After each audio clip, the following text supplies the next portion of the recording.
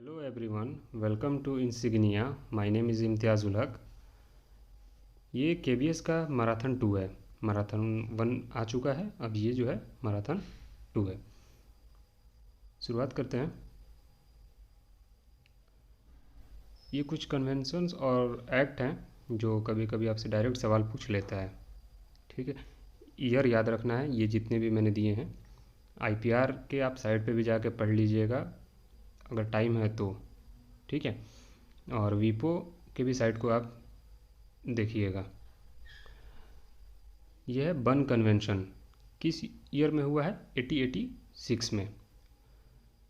उसके बाद से universal copyright convention 1952, the copyright act 1957, the trademark and merchandise marks act 1958, the Rome convention 1961, the patent act 1970, उसके बाद digital millennium copyright act 1998, उसके बाद trademark act 1999, फिर जोग्राफिकल इंडिकेशन 1999, फिर उसके बाद द डिज़ाइन एक्ट 2000, फिर इंफॉर्मेशन टेक्नोलॉजी एक्ट 2000, फिर डिज़ाइंस रूल्स 2001, उसके बाद राइट टू इंफॉर्मेशन एक्ट 2005। ये ईयर थोड़ा सा याद रखिएगा, डायरेक्ट यहाँ से सवाल आपका ईयर से भी बन जाता है।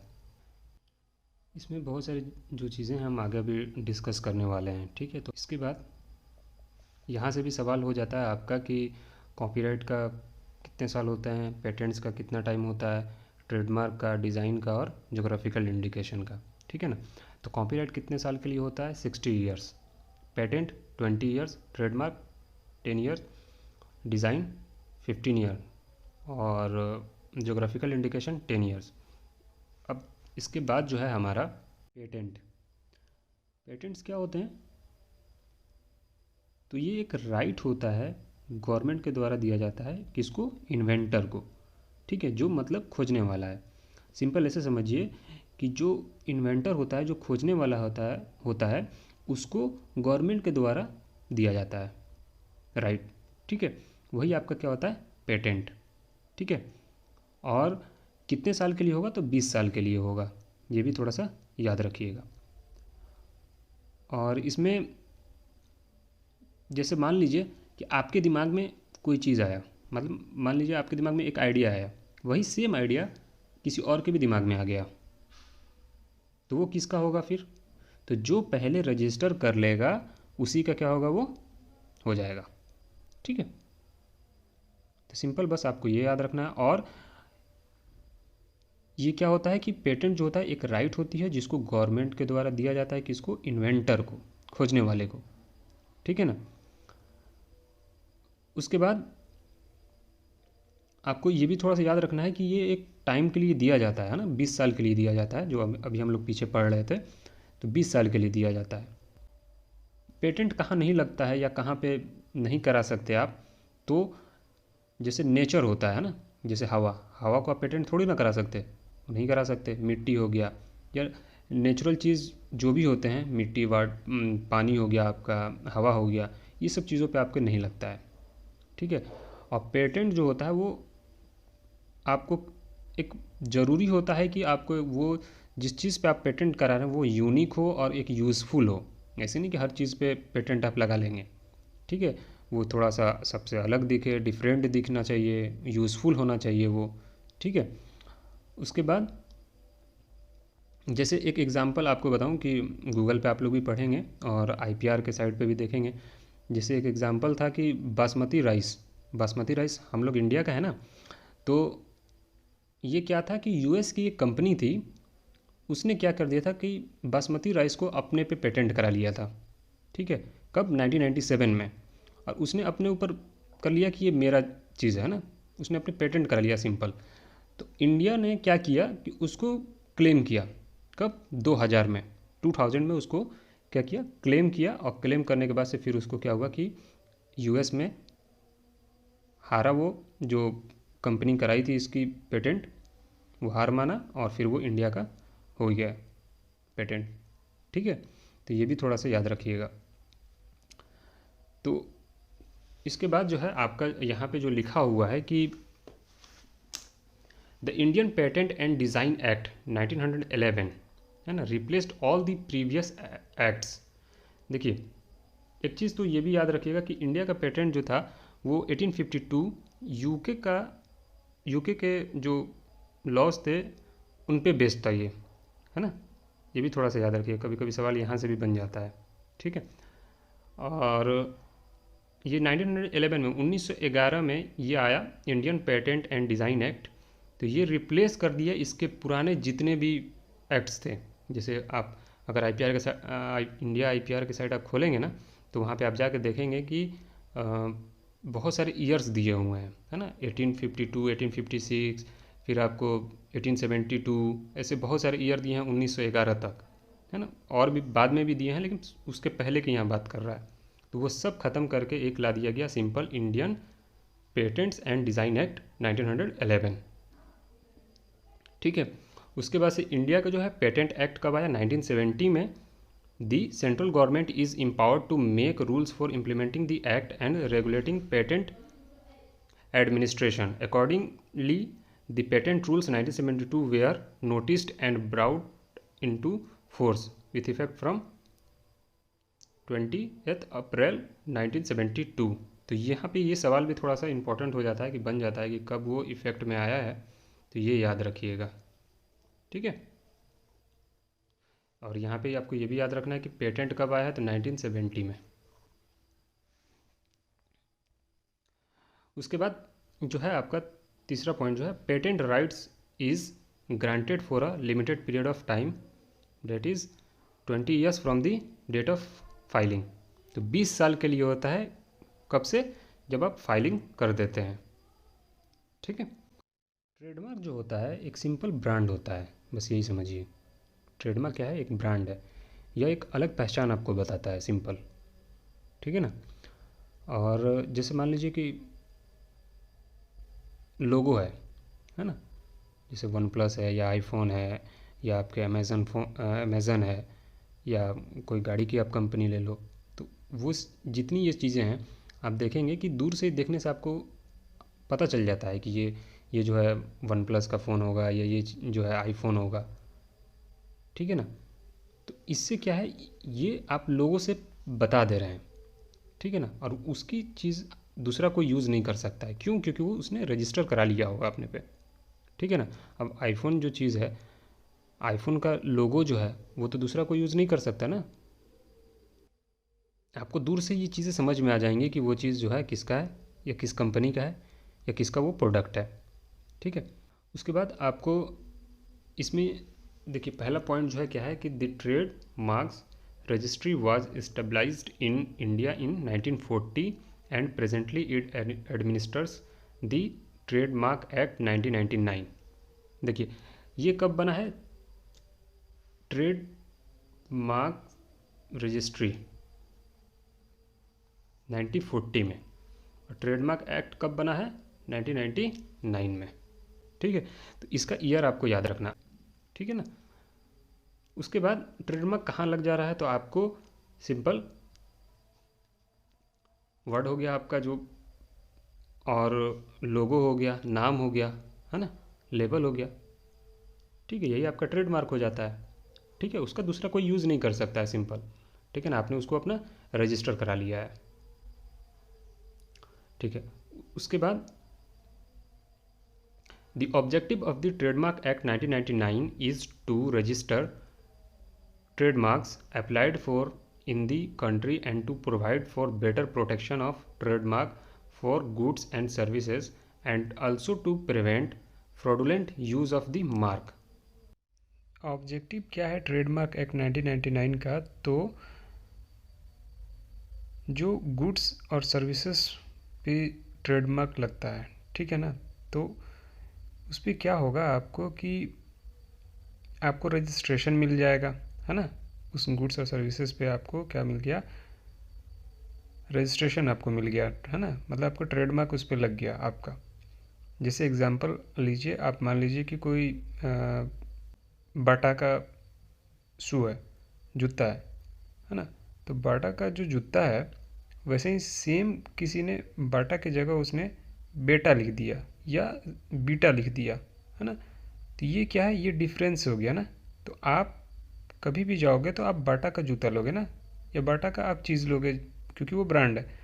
लेकिन बीटा तो नहीं है क्योंकि वो ट्रेडमार्क नहीं आ रहा, वो रजिस्टर्ड नहीं होगा। ठीक। तो ये चीज़ क्या हो गया, आपको उसी को जो फ्रॉड लोग यूज़ कर रहे हैं उसी को ये प्रिवेंट करता है, रोकता है। ठीक है, तो ये इसका ऑब्जेक्टिव है। ठीक। तो ट्रेडमार्क सिंपल यही था। और ट्रेडमार्क कहाँ पे लग रहा है, तो ट्रेडमार्क आपको कोई वर्ड पे लग सकता है, आपका नाम पे लग सकता है, कोई आपके लोगो होगा उस पे लग सकता है, और लेबल होंगे उस पे भी लग सकता है। आप रजिस्टर करा सकते हैं। अब है आपका डिज़ाइन। अब डिज़ाइन क्या है, तो देखिए जैसे मान लीजिए कि कोई प्रोडक्ट है ना, तो उसका शेप या आप कह लो पैटर्न, ठीक है, इस पे आप डिज़ाइन एक्ट के तहत अपना रजिस्ट्रेशन करा सकते हैं। लेकिन शर्त ये होनी चाहिए कि जो प्रोडक्ट है वो क्या है, न्यू होनी चाहिए और ओरिजिनल होनी चाहिए, है ना, तभी वो आपके डिज़ाइन एक्ट के अंदर आएगा। ठीक है, ऐसा नहीं कि जो चीज़ पहले आ रही है मार्केट में उसी डिज़ाइन का आप जाके कह रहे हैं कि हमें इसे डिज़ाइन एक्ट के अंदर इसको लाना है या रजिस्ट्रेशन कराना है, तो ऐसा नहीं हो सकता है। वो न्यू होनी चाहिए, ओरिजिनल होनी चाहिए, तभी वो आपके डिज़ाइन एक्ट के अंदर आएगा और वो रजिस्टर भी होगा। ठीक है, और डिज़ाइन एक्ट कहाँ लगता है, तो आपके जो शेप होंगे और आपके कह लो कि पैटर्न है ना, डिज़ाइन है, उस पर आपको लग जाते हैं ये। ठीक है, तो ये भी थोड़ा सा याद रखना है। जैसे मान लो कि जैसे सैमसंग है, सैमसंग का जो डिज़ाइन है ना, उसको एप्पल जो है नहीं कॉपी कर सकता है उसके डिज़ाइन को। ठीक है ना, ऐसा केस हुआ भी है, आप लोगों को पता भी होगा कि एप्पल ने बहुत पहले क्या किया था, केस कर दिया था कि सैमसंग जो है क्या कर रहा है, मेरे फ़ोन या टैबलेट्स जो थे उनका ये डिज़ाइन कॉपी कर रहा है। ठीक है, तो इस तरह की जो चीज़ें होती हैं वो डिज़ाइन के अंदर, डिज़ाइन एक्ट के अंदर आती हैं। ठीक है, और इसमें आपको याद ये रखना है कि जो प्रोडक्ट होंगे जिस पे आपको रजिस्ट्रेशन कराना है वो न्यू और ओरिजिनल होनी चाहिए, तभी जाके आपको रजिस्ट्रेशन होगा और वो डिज़ाइन एक्ट के अंदर आएगी। ठीक है, उसके बाद जो है the registration and protection of industrial design in India is administered by the Design Act 2000 and corresponding Design Rules 2001 which came into force on 11th May 2001 repealing the earlier act of 1911। अब देखो 1911 में क्या हुआ था, Indian patents and design act आया था ना 1911 में, तो उसी चीज़ को यहाँ पे रिपील कर दिया गया। ठीक है, और क्या आ रहा है अब, डिज़ाइन एक्ट 2000 आ गया। ठीक है, उसके बाद जो है आपका the duration of the registration of a design is initially 10 years from the date of registration, but in case where claim to priority has been allowed the duration is 10 years from the priority date. This initial period of registration may be extended by further period of 5 years on an application made in Form 3 accompanied by prescribed fees to the controller before the expiry of the said initial period of 10 years। क्या है मतलब, यहाँ पे क्या लिखा है 10 years। ठीक है, और मैं जो शुरू में लिखा था ना आप लोगों को कि 15 years ब्रैकेट में क्या था 10 + 5, जहाँ पे सबका टाइम लिखा था कॉपीराइट पेटेंट वहाँ पे, तो यहाँ पे क्या है 10 years है। ठीक है, और यहाँ पे क्या लिखा है extended by further period of 5 years, मतलब ये है कि 10 साल के लिए मिलता है लेकिन वो 5 साल के लिए और एक्सटेंड हो जाता है, तो टोटल आपके कितने हो गए 15 साल हो गए। लेकिन यहाँ पे देखो ये लाइन जो लिखा है ना, ये तो ख़त्म 10 साल होने से पहले आपको जाके बता देना होगा कि मुझे इसको एक्सटेंड करना है, तो वो 5 साल के लिए और बढ़ जाता है। ठीक है, तो ये चीज़ आपका क्या है डिज़ाइन के अंदर आता है। ठीक है, और इसका टाइम होता है 15 ईयर्स टोटल, और 10 ईयर्स इनिशियल पीरियड होता है, फिर 5 साल बढ़ जाता है, एक्सटेंड हो जाता है। कॉपीराइट। अब कॉपीराइट क्या है? कॉपीराइट जो है, पहला पॉइंट कहते हैं copyright is protection that covers published and unpublished literary, scientific and artistic work. Copyright अब कहाँ लगता है? तो कॉपीराइट आपका लगता है जो आर्टिस्टिक और लिटरेरी वर्क होते हैं वहाँ पे लगता है, ठीक है। इसमें जैसे और भी चीज़ें अगर याद आप रखेंगे तो ये है कि कहाँ पे लगता है copyright. Audio visuals, films, video, musics हो गया, नॉवेल्स हो गए, बुक्स हो गए, पोस्टर हो गए, सॉफ्टवेयर्स हो गए, इन सब जगहों पे क्या होता है? कॉपीराइट लगता है। और ऑनरशिप जो होता है ना, जो रजिस्टर करा लिया उनके पास तो रहेगा ही, लेकिन अभी कितने साल के लिए होता है वो नीचे लिखा हूँ, मैं बताता हूँ आपको, ठीक है। देखिए दूसरा पॉइंट जो है इसमें क्या कह रहा है कि the copyright act 1957 came into force from January 1958। The act has been amended 5 times since then, that is in 1983, 1984, 1992, फिर 1994, 1999 एंड 2012। ये जब से एक्ट कब बना है इसका? 1957 में, और इफ़ेक्ट कब से हुआ? 1958। ये भी याद रखिएगा, सवाल यहाँ से डायरेक्ट बन जाता है। और ये 5 बार अभी तक अमेंडेड हुआ है, मतलब सुधार। अमेंडमेंट का मतलब होता है सुधार। तो अमेंडेड कितने टाइम हुआ है जब से ये बना है? तो 5 बार हुआ है, ठीक है। उसके बाद तीसरा जो पॉइंट है वो क्या है कि in case of original literary, dramatic, musical and artistic works, the time period of copyright in India is 60 years. In addition to the author's lifespan, where there are multiple authors, the term is 60 years post the death of the last author. मतलब क्या है? मतलब ये है कि 60 years तो है, लेकिन जब ऑथर ने अपना कॉपीराइट करा लिया उस चीज़ पे, तो वो जब तक जिंदा तब तक तो रहेगा ही रहेगा उसका, लेकिन मरने के अगले साल से 60 ईयर्स तक उसका क्या होगा? कॉपीराइट रहेगा उसके पास, उसके बाद ख़त्म हो जाएगा वो। यही बस इसका मतलब है, ठीक है। और जो अगर मल्टीपल ऑथर हैं, मतलब ज़्यादा ऑथर हो गए, 3 4 5 6 जितने ऑथर हो गए, तो जो लास्ट ऑथर है अगर वो डेथ कर जा रहा है तो उसके बाद फिर 60 साल हम लोग काउंट करेंगे, तब जाके वो फिर कॉपीराइट उसका ख़त्म होता है, ठीक है। तो ये चीज़ था आपका कॉपीराइट, समझ में आया? ठीक है, ठीक है। इसमें आपको ये तो याद रखना है। और कॉपीराइट में कहाँ कहाँ पे लग जाता है, जैसे आपको मैंने बताया भी कि musical words, artistic work, photographs हो गए, लिटरेरी हो गए, है ना, और नॉवेल्स हो गए, म्यूज़िक्स हो गए, बुक्स हो गए, पोस्टर हैं, सॉफ्टवेयर्स हैं, है ना, ऑडियो विजुअल्स हो गए, फिल्म्स हो गए। तो ये सारी चीज़ों पे आपको क्या लगता है? कॉपीराइट लगता है, ठीक। तो ये भी थोड़ा सा याद रखना है। ज्योग्राफिकल इंडिकेशन जो है इसका मतलब क्या होता है? ठीक है, जैसे पहला पॉइंट जो आपका दिया हुआ है कि it refers to any indication that identifies the goods as originating from a particular place where a given quality, reputation or other characteristics of the goods is essentially attributable to its geographical origin.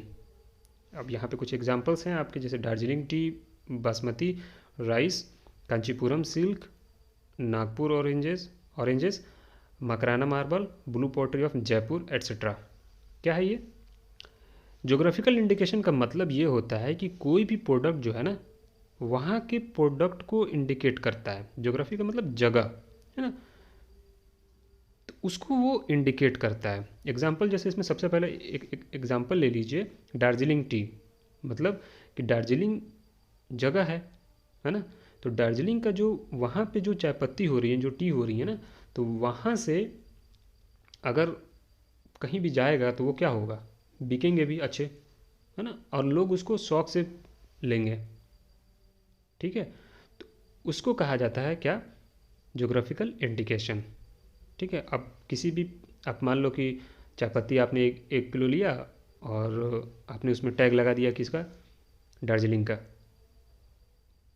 ठीक, तो क्या हो गया, उससे पता चल गया ना कि वो दार्जिलिंग का है, तो लोग उसको शौक से लेंगे, उसको खरीदेंगे।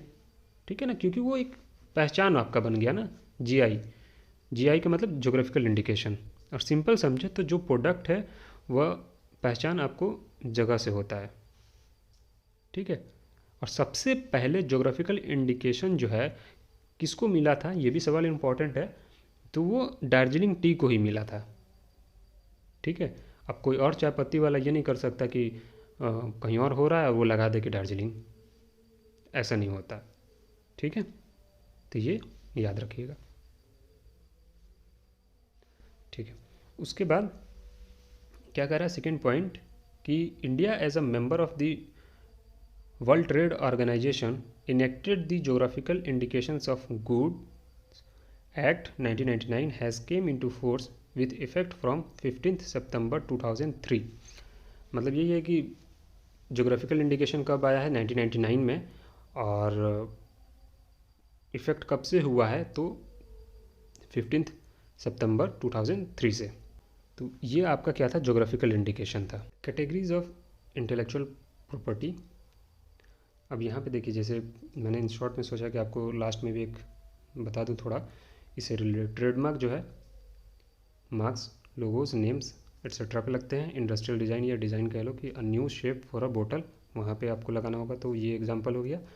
उसके बाद से पेटेंट जो है इनोवेशंस पे लगते हैं, अ न्यू प्रोडक्ट और process of manufacture. Copyright and copyright related rights तो कहाँ लग रहे हैं, आपके literary, artistic and scientific works, books पे लगते हैं एट्सेट्रा। उसके बाद जोग्राफिकल इंडिकेशन, जगह, जोग्राफिकल नेम्स आपके हो गए इंडिकेटिंग अ प्रोडक्ट। ठीक है, तो ये चीज़ आप इसको भी थोड़ा सा एक स्क्रीनशॉट लेके आप इसको भी थोड़ा सा समझ लीजिएगा। जो हमने पीछे पूरा डिस्कस किया उसी को इन शॉर्ट में मैंने यहाँ पे लिख दिया है। ठीक है, इसके बाद Paris convention for the protection of industrial property. The Paris Convention, concluded in 1883, was revised at Brussels in 1900, at Washington in 1911, at The Hague in 1925, at London in 1934, at Lisbon in 1958, and at Stockholm in 1967, and was amended in 1979। लेकिन यहाँ से आपको ये भी थोड़ा याद रखना होगा कि ये जो है आपका किसके लिए हुआ है, तो प्रोटेक्शन ऑफ इंडस्ट्रियल प्रॉपर्टी के लिए हुआ था। पेरिस कन्वेंशन जो 1883 में हुआ और अडॉप्ट किया गया, तो किसके लिए हुआ, तो प्रोटेक्शन ऑफ इंडस्ट्रियल प्रॉपर्टी के लिए हुआ। और बाद में वो रिवाइज जो हुआ है ना आपका 1900, 1911 वाशिंगटन में, फिर हैग में 1925 में, तो ये चीज़ आप बस थोड़ा सा देख लीजिएगा, इंपॉर्टेंट नहीं है लेकिन फिर भी। तो पेरिस कन्वेंशन आपको याद रखना है, जो सीधा सवाल आपसे पूछ लेगा 1883 ईयर याद रखिएगा, और किसके लिए हुआ था, तो for the protection of industrial property. ठीक है, इसी तरह से दूसरा जो है आपका बर्न कन्वेंशन। ठीक है, तो burn convention for the protection of literary and artistic works. The burn convention concluded in 1886 was revised at Paris in 1896 and at Berlin in 1908, completed at Bern in 1914, revised at Rome in 1928, at Brussels in 1948, at Stockholm in 1967, and at Paris in 1971, and was amended in 1979। Burn convention कब हुआ है, 1886 में। ठीक है ना, और किसके लिए हुआ था, तो for the protection of literary and artistic works. मतलब कि बर्न कन्वेंशन किससे रिलेटेड है या किसके लिए हुआ था, तो याद रखिएगा कॉपीराइट के लिए। ठीक है, उसके बाद अब ये भी कुछ इम्पोर्टेंट है, आप विपो के साइट पे भी देख लीजिएगा जाके, और आईपीआर सर्च कर लीजिएगा तो गूगल से, तो वहाँ पे भी आपको इंडिया का पूरा हिस्ट्री पता चल जाएगा। ज़रूर पढ़िएगा अगर टाइम मिले आपको अभी, तो नहीं तो बाद में। ठीक है, और ये सब का मैं बहुत जल्द डिटेल में लेके आने वाला हूँ, लेकिन केवीएस के हिसाब से मैं थोड़ा सा शॉर्ट लेके और जो इम्पोर्टेंट है वो बताने की कोशिश कर रहा हूँ, ठीक है। लेकिन डिटेल में जल्द ही लेके आऊँगा full video. Rome convention for the protection of performers producers of phonograms and broadcasting organisations 1961। आपको ये भी याद रखना है कि रोम कन्वेंशन जो हुआ था 1961 में हुआ था, किसके प्रोटेक्शन के लिए? तो performers producers of phonograms and broadcasting organisations, ठीक है। उसके बाद यहाँ से सवाल आपको सीधा पूछ लेगा रोम कन्वेंशन का ईयर, ठीक। दूसरा जो है आपका क्या कह रहा है कि वीपो परफॉर्मेंसेस एंड फोनोग्राम्स ट्रीटी, ये कब हुआ है? 1996। फिर उसके बाद आपसे तीसरा जो पॉइंट है वो क्या है कि द वीपो copyright treaty, the treaty was concluded in 1996 and entered into force इन 2002, है ना। मतलब कि जो वीपो का कॉपीराइट ट्रीटी जो था 1996 में आया, लेकिन वो फोर्स में आया 2002 में, ठीक है। उसके बाद चौथा जो पॉइंट है क्या कह रहा है कि दी पीसीटी मतलब क्या है कि patent cooperation treaty was concluded in 1970, amended in 1979 and modified in 1984 and in 2001, है ना। मतलब कि पीसीटी जो है पेटेंट कोऑपरेशन ट्रीटी 1970 में आया है, ठीक है। और यहाँ से एक और चीज़ याद रखिएगा कि पेटेंट इन्फॉर्मेशन सिस्टम का है PIS, तो 1980 नागपुर हेडक्वार्टर, ठीक है। ये भी याद रखिएगा, पेटेंट का हेडक्वार्टर नागपुर ही है, ठीक है। उसके बाद every year world intellectual property day is celebrated on April 26, है ना। मतलब कि हर साल जो है वर्ल्ड इंटेलेक्चुअल प्रॉपर्टी डे जो मनाया जाता है वो अप्रैल 26 को मनाया जाता है हर साल, ठीक है। उसके बाद ये भी थोड़ा सा इंपॉर्टेंट हो जाता है, लास्ट वाला पॉइंट जो है Marrakesh VIPs treaty was adopted इन 2013, ठीक है। और ये जो हुआ था ट्रीटी वो किसके लिए था? तो विजुअली इम्पेयर्ड जो थे ना उनके लिए, डिसेबल्ड जो लोग होते थे उनके लिए था। बस ये थोड़ा सा ईयर और याद रखिएगा, ठीक है। उसके बाद the Rajiv Gandhi National Institute of Intellectual Property Management has been stabilised at Nagpur.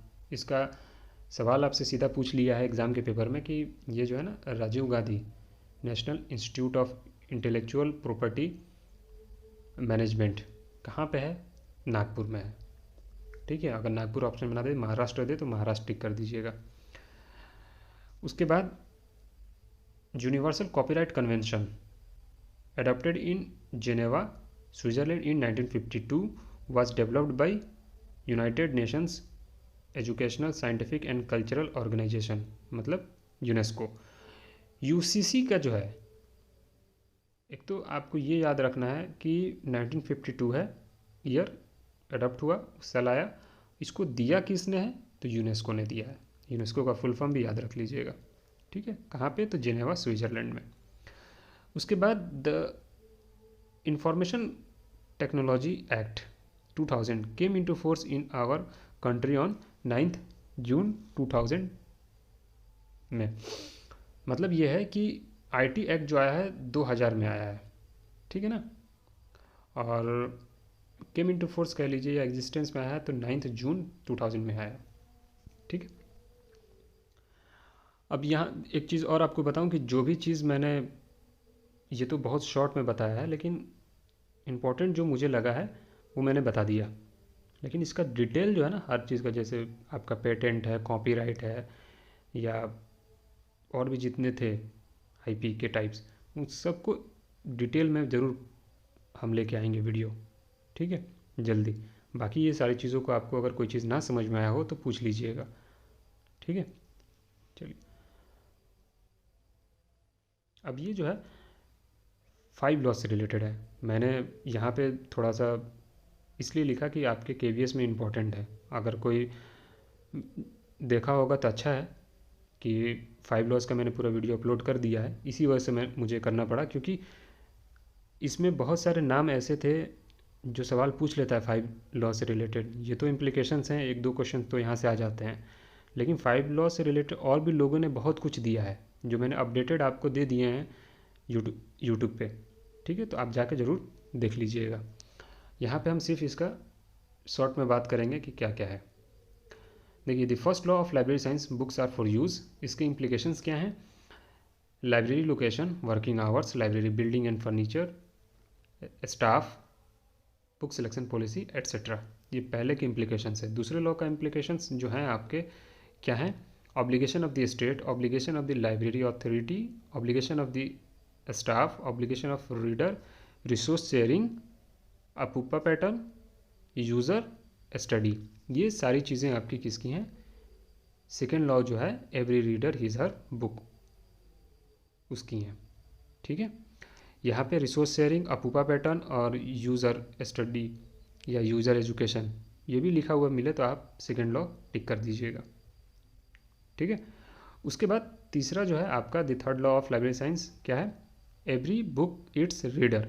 तो इम्प्लीकेशंस क्या है? Open access, self arrangement, self rectification, catalogue, display of books, reference service, extension service etcetera.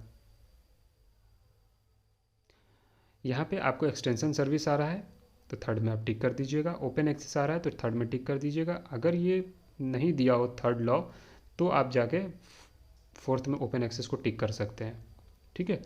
लेकिन ज़्यादातर आपका थर्ड लॉ में आएगा ओपन एक्सेस, ठीक है ना। जो मैंने यूट्यूब के वीडियो में भी बताया है ये कि अगर आपके दोनों लॉ दिए होंगे ऑप्शन में, थर्ड भी दिए होंगे फोर्थ भी दिए होंगे, तो ओपन एक्सेस आप किसको करेंगे? थर्ड को। अगर थर्ड नहीं दिया है तो फोर्थ पे कीजिएगा, ठीक है। उसके बाद the fourth law of library science, save the time of the reader. Implications are open access system, issue return method, classification and cataloguing, prenatal cataloguing, reference service, stack room guides etcetera. तो ये जितने हैं आपको किसके implications हैं? Fourth law के। उसके बाद fifth law of library science, library is a growing organism.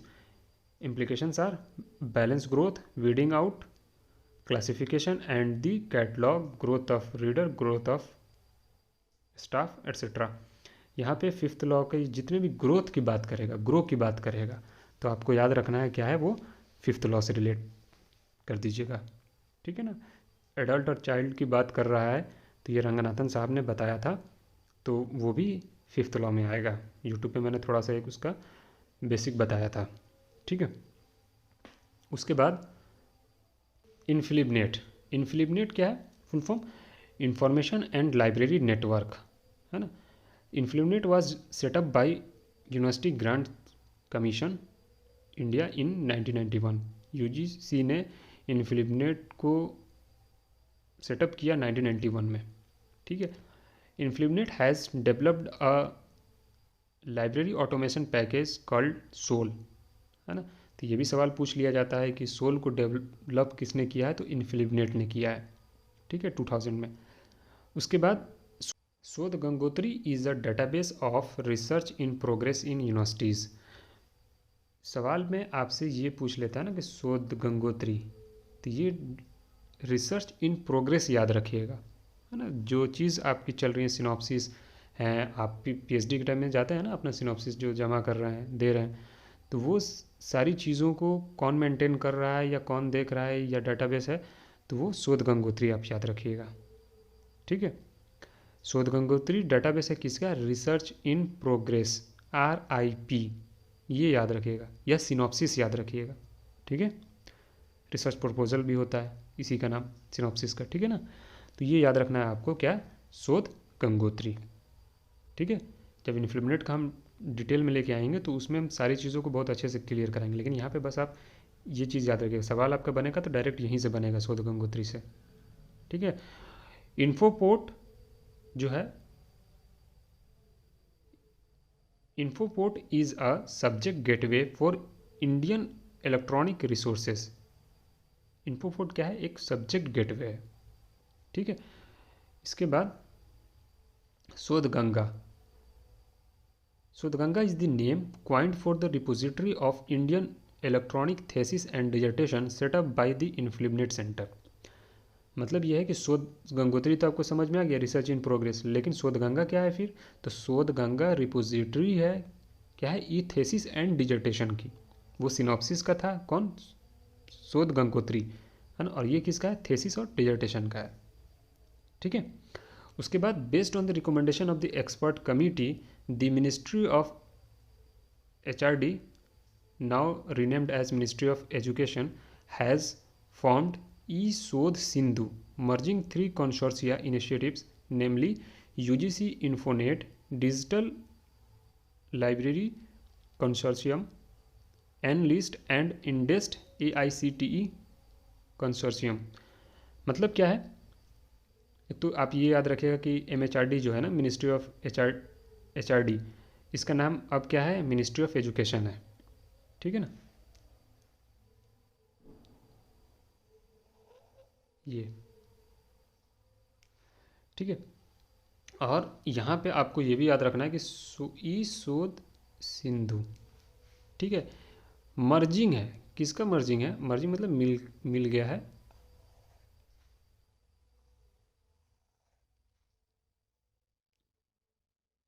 यानी कि यूजीसी इन्फोनेट तो है ना, ये पूरा कंसोर्शियम, एनलिस्ट, और ये तीसरा जो है इंडेस्ट AICTE कंसोर्शियम, इन तीनों को मिला के क्या बन गया है अब? ई शोध सिंधु 2015 में। ठीक है, तो ये भी आपको याद रखना है, यहाँ से भी सवाल बहुत होते हैं। ठीक है।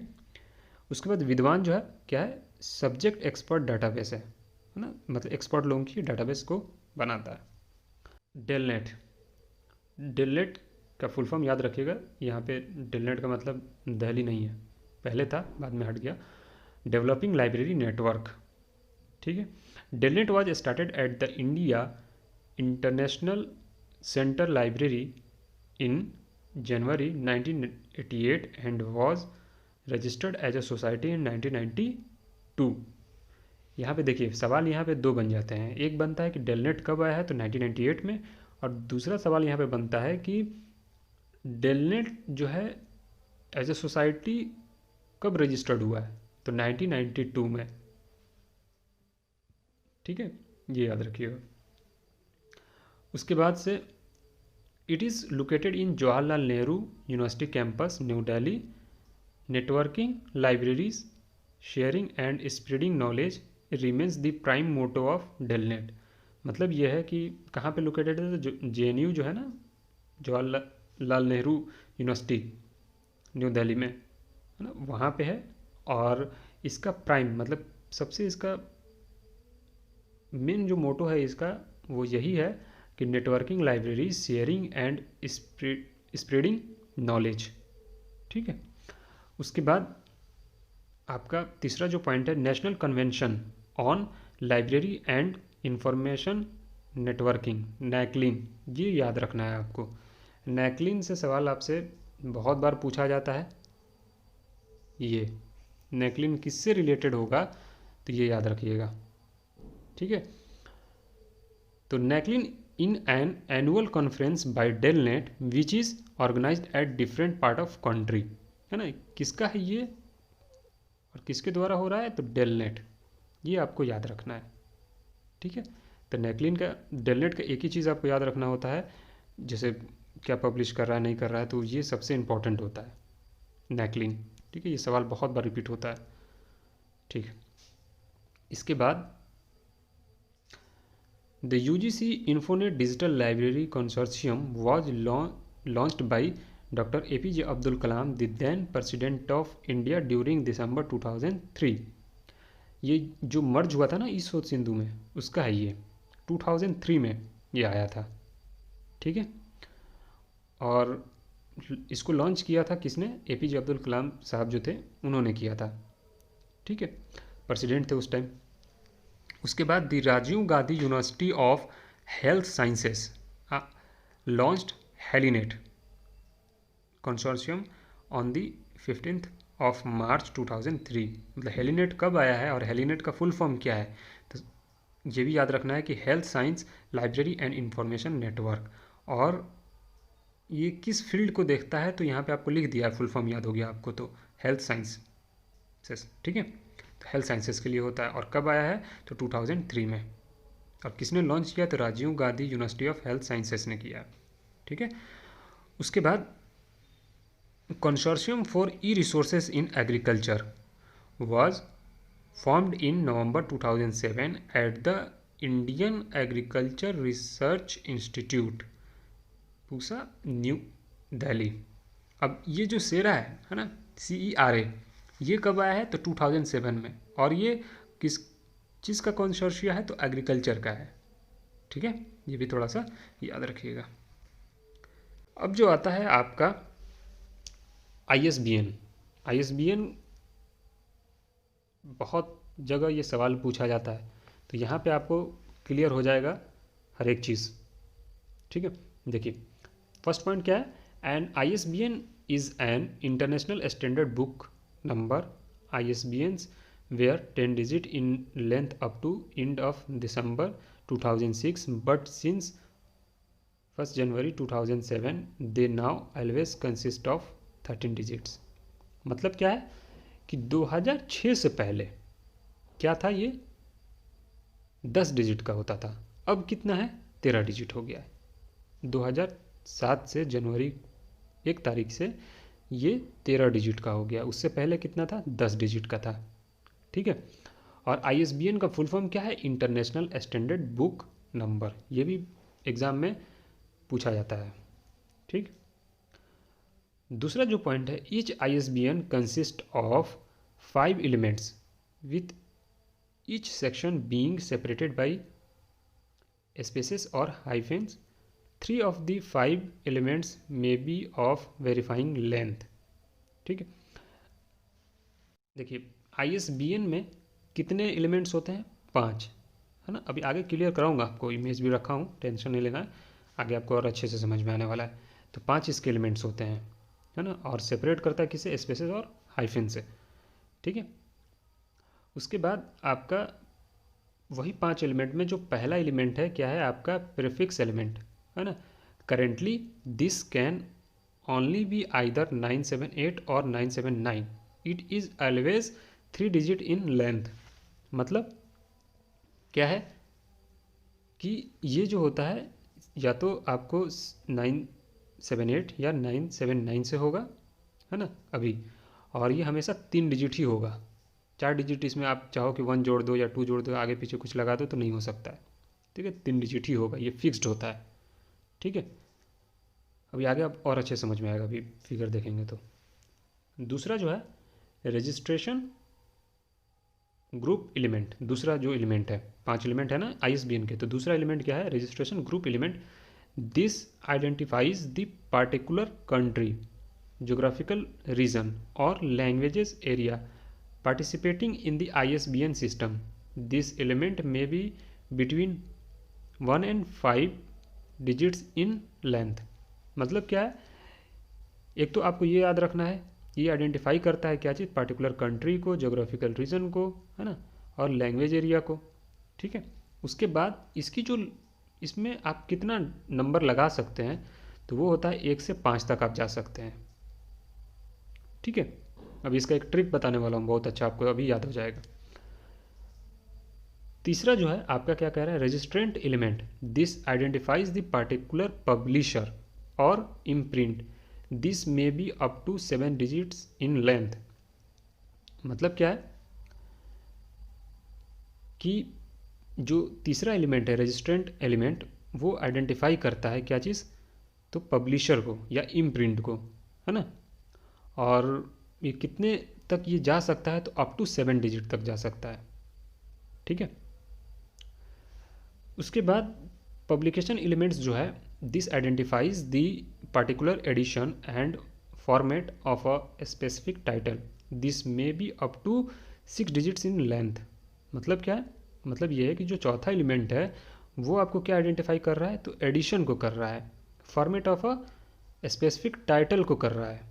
ठीक है, और इसकी लेंथ कितनी हो जाएगी? 6 डिजिट तक हो सकती है। ठीक है, उसके बाद जो लास्ट है एलिमेंट, चेक डिजिट। तो this is always the final single digit that mathematically validates the rest of the number. मतलब क्या है? मतलब ये है कि ये चेक डिजिट जो पांचवा एलिमेंट होता है वो सिंगल एक ही डिजिट होता है उसमें, चेक डिजिट में। ठीक है, अब देखो यहाँ पे ये मैंने ISBN का जो ऑफिशियल साइट है, आप वहाँ से भी जाके इसको देख सकते हैं, वहीं से मैंने ये चीज़ लिया है। देखिए क्या है, 5 एलिमेंट आपको दिख रहा है।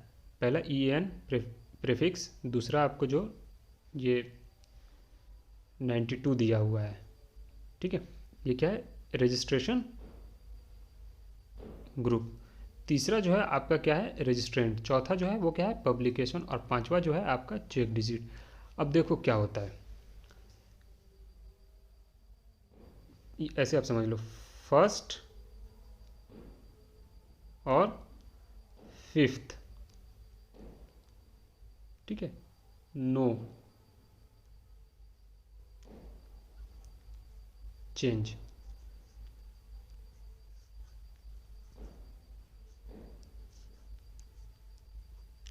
ठीक है, यानी कि पहला और पांचवा जो है वो चेंज नहीं होगा, वो फिक्स्ड होता है। सवाल आप लोगों ने देखा होगा ना कि सवाल पूछ लेता है कि कौन सा फिक्स्ड होता है, कौन सा वेरिएबल होता है। तो मैंने यहाँ पे आपको क्या लिखा है कि पहला और पांचवा एलिमेंट जो होता है वो क्या होता है, फिक्स्ड होता है, यानी कि वो चेंज नहीं होता है। ठीक है, अब जो है ये आपका ये, ठीक है, इसमें आपको एक बहुत अच्छा एक ट्रिक बता रहा हूँ। देखो 5 7 6, ये क्या है, ये नंबर है, सही बात है नंबर है, लेकिन देखिए होता क्या है कि जो दूसरा एलिमेंट है ये वाला है ना, रजिस्ट्रेशन ग्रुप वाला, ये 5 तक बढ़ सकता है। ठीक है, अप टू 5 तक ये क्या होगा, जहाँ 92 है ना, यहाँ पे 3 और डिजिट जोड़ सकते हैं आप। ठीक है, लेकिन आपको बाद में फिर कम करना पड़ेगा, क्योंकि टोटल तो हमको 13 ही करना है ना। बात समझ में आ रहा है, अगर यहाँ पे आप 5 डिजिट करेंगे तो फिर यहाँ पे कम करना होगा। ठीक है, अब पहला और लास्ट वाला तो कम होना नहीं है, तो या तो अब फिर ये यहाँ पे देखिए कि किसको कम कर सकते हैं आप। अगर यहाँ बढ़ा रहे हैं तो इसको कम कीजिए, इसको कर रहे हैं तो इसको कम कीजिए। ठीक है, और या ये वाला भी बच गया, चौथा एलिमेंट भी जो है उसको भी आप कर सकते हैं। लेकिन तो ये 576 जो मैंने रखा है कि ऐसे समझिएगा कि 576 है ना, 576 जो है आपका नंबर। तो यानी कि जो दूसरा एलिमेंट है वो रजिस्ट्रेशन ग्रुप जो है वो आपका 5, मतलब कि वो 5 तक बढ़ सकता है। और जो तीसरा एलिमेंट है ना, रजिस्ट्रेंट, वो जो 7 तक बढ़ सकता है। इसको आप यहाँ 5 है ना आपका, तो आप इसको और भी बढ़ा सकते हैं फिर, लेकिन आपको दूसरा और तीसरा एलिमेंट, चौथा एलिमेंट में आपको चेंज करना होगा। दूसरा और चौथा एलिमेंट में चेंज करना पड़ेगा फिर। अगर यहाँ पे आप 7 तक करेंगे, यहाँ तो 5 ऑलरेडी लिखा हुआ है, लेकिन आप इसको फिर चेंज करना पड़ेगा। ठीक है, तो दूसरा जो होगा, तीसरा जो होगा रजिस्ट्रेंट, तो रजिस्ट्रेंट में आपको 7 डिजिट तक होगा। ठीक है, 7 डिजिट तक बढ़ सकता है ना। आपने देखा ना यहाँ पे कि इसके पीछे वाले ग्रुप स्लाइड्स में कि अप टू 7 लिखा हुआ था। ठीक है, उसके बाद पब्लिकेशन कहाँ तक बढ़ सकता है, तो पब्लिकेशन आपके बढ़ सकता है अप टू 6 डिजिट तक। तो इसीलिए मैंने ये चीज़ लिखा है, क्या है कि 576, मतलब कि पहला और लास्ट वाला तो मैंने लिख दिया कि नो चेंज है ना। यहाँ पे चलो मैं लिख दे रहा हूँ फिक्स्ड, आपको कन्फ्यूज़न हो रहा होगा तो लो फिक्स लिख दिया। ठीक है, फिक्स्ड। और ये जो है ये बीच के जो 3 एलिमेंट होते हैं ना, दूसरा तीसरा और चौथा, तो ये वेरिएबल होते हैं। और ये कितना बढ़ सकते हैं, तो 576 ये नंबर याद रखिएगा है ना। अभी आपको फिर से एक बार मैं बता रहा हूँ। देखिए मैंने क्या बताया था कि पहला जो था, पहला क्या था, आपको यहाँ पे लिखा ना 3 digits, always 3 digits in length, last line जो लिखा है ना। तो ये चेंज नहीं होता है, ये फिक्स्ड होता है। ठीक है, दूसरा एलिमेंट हमारा क्या था, रजिस्ट्रेशन ग्रुप वाला। तो यहाँ पे आप देखोगे कि यहाँ पे ये लिखा है ना 5 डिजिट तक। तो मैंने क्या आपको बताया था कि 5 7 6 याद रखना है। ठीक, अब 576 आपने रखा है तो यहाँ पे तो एक हो गया ना, क्योंकि पहला और पांचवा जो है एलिमेंट वो तो फिक्स्ड है, वो तो चेंज नहीं होने वाला है, तो उसको तो आप छोड़ ही दो। यही तीनों में तो कन्फ्यूज़न है ना कि आपको याद नहीं होता है।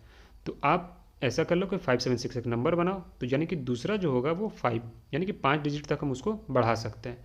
फिर इसी का जो तीसरा एलिमेंट है रजिस्ट्रेंट एलिमेंट, ये कितना लिखा है यहाँ पे, 7 डिजिट लिखा है, तो हमने भी तो यहाँ 7 लिखा है, तो 7 डिजिट तक इसे बढ़ाया जा सकता है। ठीक है। और उसके बाद जो है पब्लिकेशन एलिमेंट वाला जो है वो 6 डिजिट, तो मैंने भी यहाँ पे 6 लिख दिया है, तो 6 डिजिट आपका 6 डिजिट तक बढ़ सकता है। तो बस यही था आपका। ठीक है। ये और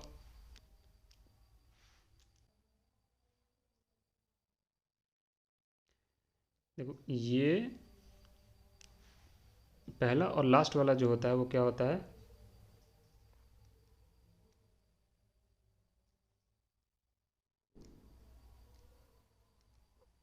फिक्स्ड। ठीक है। और ये तीनों जो होते हैं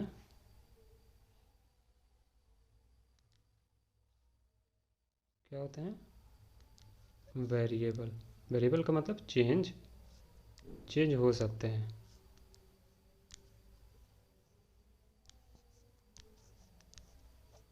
चलिए, ठीक है, अब इसको आप अच्छे से समझ लीजिए।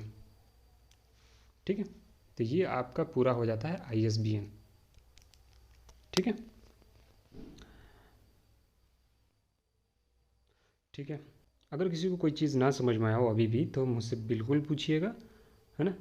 और देखिए, इसमें IPR इतना छोटा नहीं है, आप भी जानते हैं। IPR में आप जितना डिटेल में पढ़ेंगे ना, उतने एक तो इंटरेस्ट के साथ पढ़ेंगे तो और भी ज़्यादा आपको मज़ा आएगा।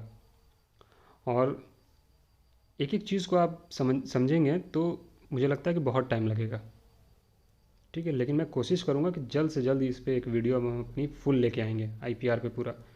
और आप लोग वीपो के साइट पे ज़रूर जाइए, वहाँ से देखिए, है ना, WIPO सर्च कीजिएगा, उसका ऑफिशियल साइट खुलेगा, वहाँ पे आपको 26 ट्रीटीज़ हैं, वो पूरे को पढ़िए। उसमें 3 पार्ट होंगे, फिर आपको एक में 15, ऐसे आपको 3 पार्ट में बांट के आपको दिया हुआ है, 26 आपके टोटल वहाँ पे ट्रीटीज़ हैं, वो सबको पढ़िए। तो आपको बहुत नॉलेज होगा और बहुत अच्छा भी लगेगा। ठीक है। थोड़ा टफ है, ऐसा नहीं है, लेकिन है, बहुत अच्छी चीज़ है ये। ठीक है। ठीक है। अगर किसी को कोई चीज़ में प्रॉब्लम है तो बिल्कुल हमें मैसेज कीजिएगा। ठीक है, मैं उसका ज़रूर रिप्लाई करूँगा। ठीक है। Thank you so much.